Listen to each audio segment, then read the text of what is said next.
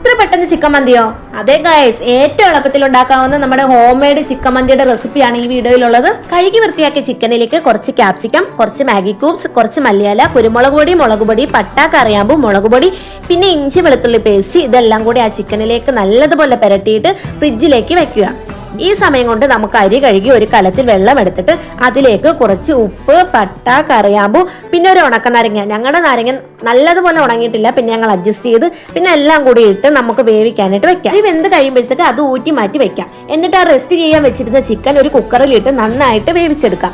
എന്നിട്ട് ആ വെന്ത് ചിക്കൻ മാറ്റി വെച്ചിട്ട് വേറൊരു പാത്രത്തിൽ ആദ്യം ചിക്കൻ ഇടുക, പിന്നെ റൈസ് ഇടുക. അങ്ങനെ ലെയർ ആയിട്ട് ബാലൻസ് ഉള്ള ഗ്രേവിയും കൂടി ഇട്ട് ഫില്ല് ചെയ്യുക. പിന്നെ ഒരു 10-15 മിനിറ്റ് ഒന്ന് റെസ്റ്റ് ചെയ്യാൻ വെക്കുക. അത് കഴിയുമ്പോൾ നമ്മുടെ ഹോം മെയ്ഡ് ചിക്കൻ മന്തി ഇവിടെ റെഡി ആയി കഴിയും. മന്തി ലവേഴ്സിനൊക്കെ പറ്റിയ ഏറ്റവും എളുപ്പത്തിലുള്ള ഒരു റെസിപ്പിയാണിത്.